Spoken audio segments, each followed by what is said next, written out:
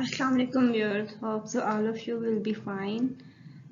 So let's start today's topic. In the previous slides we discussed about elements or representation of elements, while in today's we are going to discuss about compounds.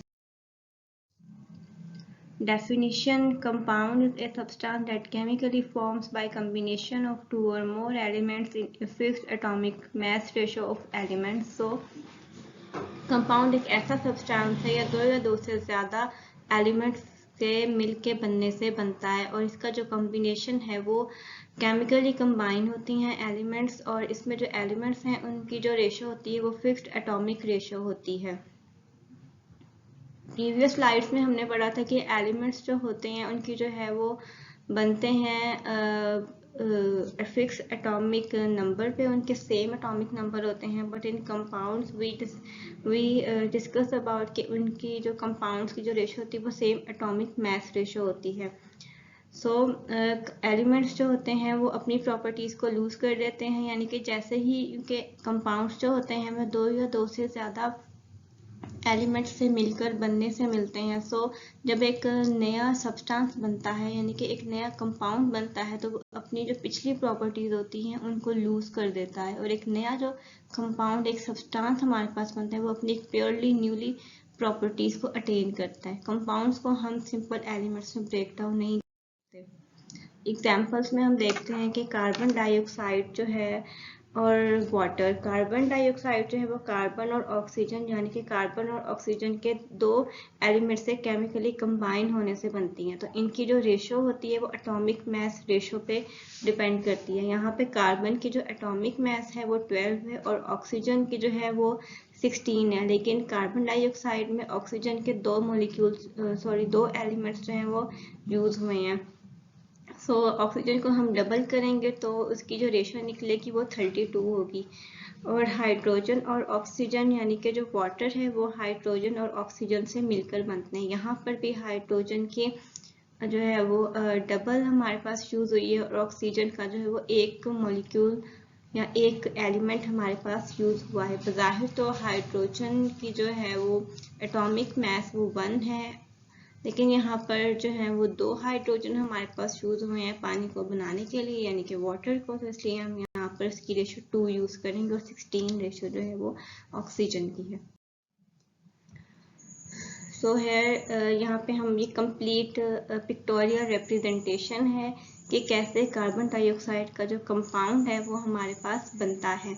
यहाँ पे carbon है 6 जो है वो इसका atomic number है, 12 जो है वो एटॉमिक मास है और ऑक्सीजन का जो 8 है एटॉमिक नंबर है and 16 is atomic mass. Carbon dioxide मतलब एक कार्बन एलिमेंट यूज हुए हैं एंड 2 ऑक्सीजन, तो ऑक्सीजन को हम डबल करेंगे तो यहाँ पर हमने 2 ऑक्सीजन के एलिमेंट्स लिए हैं तो हम 16 डबल 32, तो इसकी जो रेशो होगी वो 12 रेशो 30। यहाँ पर भी हमने फॉर्मेशन ऑफ वाटर को डिस्कस किया है बाय मैथ से। मैथ ऑफ हाइड्रोजन जो है वो 1 proton plus 1 neutron is equal to 2। Water में 2 हाइड्रोजन एटम्स यूज हुए हैं तो इस वजह से हम इसकी रेशो जो है वो 2 लेंगे और सिंगल हमारे पास ऑक्सीजन एटम यूज हुआ है तो इसकी रेशो हम 16 लेंगे। So atomic mass of water is 2 ratio 16 is 1 ratio 8. So in these slides we discuss about whole discussion about the formation of carbon dioxide and formation of water as a compound. Here we discuss about classification of compounds. Compounds को जो है हम two more compounds में classify करते हैं, ionic compounds and compounds. So ionic compounds जो हैं वो हमारे पास बनते हैं complete transfer of electrons from one atom to another atom। यहाँ पर जो है वो इलेक्ट्रॉन्स का कंप्लीट ट्रांसफर होता है। आयनिक कंपाउंड्स जो है वो इंडिपेंडेंट मॉलिक्यूलर फॉर्म में एग्जिस्ट नहीं करते और ये जो है इनका जो स्ट्रक्चर जो है वो 3 डायमेंशनल क्रिस्टल लैटिस होता है।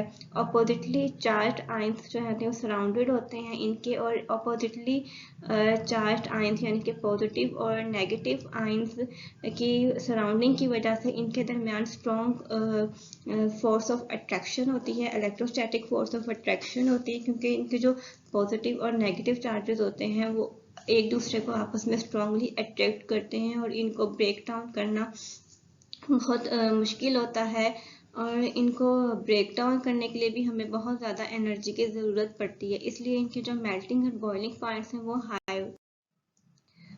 सो इधर हमने जो है वो डिस्कस की है आयनिक कंपाउंड्स की एग्जांपल को, sodium chloride NaCl, sodium chloride को हमने यहाँ पे ये पिक्टोरियल रिप्रेजेंटेशन है। प्रीवियस स्लाइड्स में भी हमने डिस्कस किया था कि सोडियम के पास जो है उसके वैलेंस शेल में 1 इलेक्ट्रॉन है और क्लोरीन के वैलेंस शेल में 7 इलेक्ट्रॉन है। तो सोडियम जो है वो अपना 1 इलेक्ट्रॉन क्लोरीन को ट्रांसफर कर देगा, यानी कि लूज करेगा, और क्लोरीन उस 1 इलेक्ट्रॉन को एक्सेप्ट कर लेगा। उस तरह एक केमिकल बॉन्ड इनके दरमियान एक आयनिक बॉन्ड बनेगा, और इस तरह जो NaCl एक कंपाउंड बना देगा, एक आयनिक कंपाउंड। सो सोडियम ने जो है वो एक एटम लूज किया है, इसलिए इसके ऊपर पॉजिटिव चार्ज, और क्लोरीन ने एक्सेप्टेंस ऑफ इलेक्ट्रॉन्स की वजह से इसमें एक नेगेटिव चार्ज है। सो इस तरह इन्होंने एक केमिकल कंपाउंड बनाया है। So there is a complete transfer of electron. In this example is potassium bromide, potassium के पास भी 1 इलेक्ट्रॉन है, ब्रोमीन के पास इसके पास 7 इलेक्ट्रॉन हैं। तो इस तरह पोटेशियम जो है वो अपना 1 इलेक्ट्रॉन लूज करेगा और ब्रोमीन जो है वो 1 इलेक्ट्रॉन एक्सेप्ट कर लेगा, और इस तरह इनके दरमियान एक केमिकल बॉन्ड डेवलप होगा और ये दोनों बनके एक केमिकल कंपाउंड बना देंगे। कोवलेंट कंपाउंड्स और आयनिक कंपाउंड्स टोटली डिफरेंट हैं एक दूसरे से। आयनिक कंपाउंड्स में हमने कंप्लीट ट्रांसफर ऑफ इलेक्ट्रॉन्स को स्टडी किया था, but in covalent compounds we studied about the sharing of electrons in non metal atom और वैलेंस इलेक्ट्रॉन्स को। ये शेयरिंग ऑफ इलेक्ट्रॉन्स जो होती है ये सेम एटम्स के दरमियान भी हो सकती है और डिफरेंट एटम्स के दरमियान भी हो सकती है। जो शेयरिंग ऑफ इलेक्ट्रॉन्स हैं, जैसे कि सेम एटम्स के दरमियान 2 हाइड्रोजन के मॉलिक्यूल, 2 क्लोरीन के भी हो सकते हैं और 2 ऑक्सीजन के भी, और डिफरेंट एटम्स को यहाँ पे मीथेन, वाटर और अमोनिया भी हो सकता है। कोवलेंट कंपाउंड्स में चूंकि कंप्लीट ट्रांसफर ऑफ इलेक्ट्रॉन्स नहीं होते, तो इस तरह इनमें जो है वो शेयरिंग होती है, और इस तरह ये स्ट्रक्चरली ये फ्लेक्सिबल होते हैं, इजीली ब्रेक भी कर सकते हैं और सेपरेट भी हो सकते हैं, और इनको सेपरेट करने के लिए हमें बहुत ही कम एनर्जी की ज़रूरत होती है। इस तरह इनकी जो बॉइलिंग और मेल्टिंग पॉइंट है वो भी लो होते हैं। इनके फार्मूला को हम मॉलिक्यूलर फार्मूला से रिप्रेजेंट करते हैं। एग्जाम्पल्स ऑफ कोवलेंट कंपाउंड्स, इनमें जो एग्जाम्पल्स हैं वो सेम यानी कि लाइक एटम्स की हैं जो अपने इलेक्ट्रॉन्स को शेयर कर रहे हैं।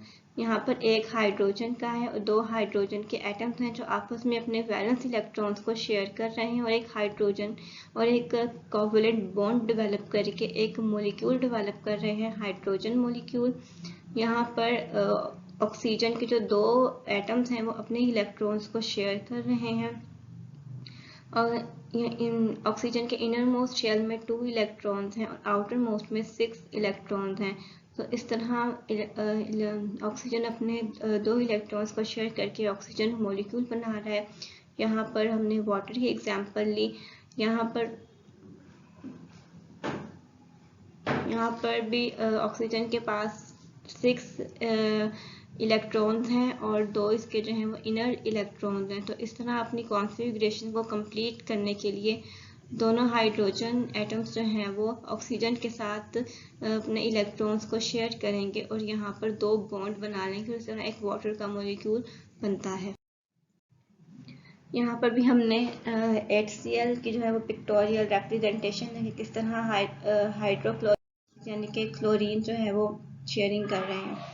यहाँ पर हमने किया कि यहाँ पे जो है वो कोवलेंट कंपाउंड्स जो है वो मीथेन के ज़रिए बन रहे हैं। यहाँ पर हमने मीथेन का एक कोवलेंट कंपाउंड जो है वो डिस्कस किया है।